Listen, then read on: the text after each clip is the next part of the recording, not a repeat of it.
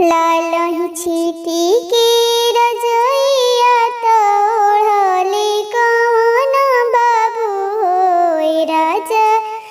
गोड़े मुड़े तानले चदरिया सोवले राजा ओ भर सोवले राजा ओ भर पैसी जगावेली उनकर आमा त उठ बबुआ भोर भइले हो ए बबुआ तोहारा भइले नंदलाल मोहरावा लोटा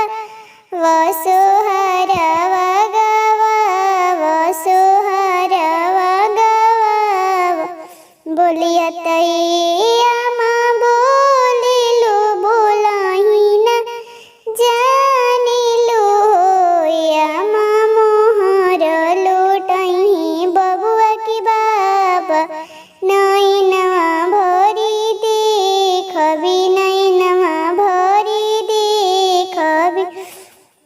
यामा सोहर गवही बबुआ की दादी नैनवा भरी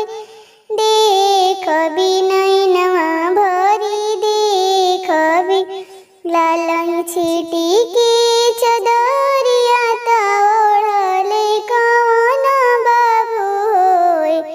ए ललना गोड़े मुड़े तानले चदरिया सोवले राजा ओ भर सोवले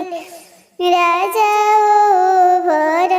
पैसी जगावेली उनकर भाभी त उठ देवर भोर भइले हो ए देवर तोहरा भइले नंदलाल मोहरावा लोटा वसोहरावा गवा वसोहरावा गवा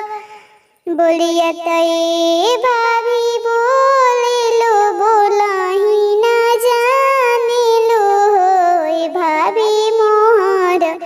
लोटही बबुआ के पापा नैनवा भरी देखबी नैनवा भरी देखबी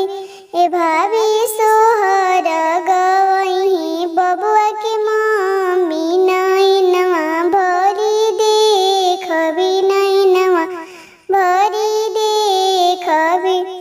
लालही छिटी के रजइया त ओढ़ले कौन बाबू होय ललना गोड़े मुड़े तानले चदरिया सोवले राजा ओ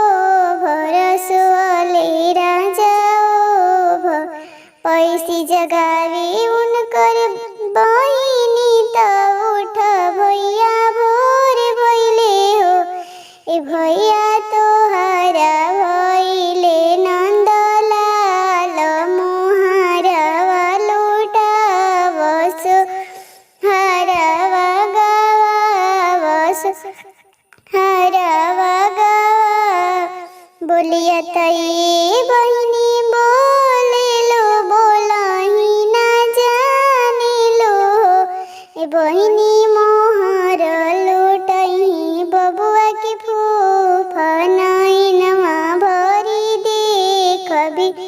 नैनवा भरी देखबी ए बबुआ ए बहिनी सोहर गवही बबुआ की फूआ नैनवा भरी देखबी नै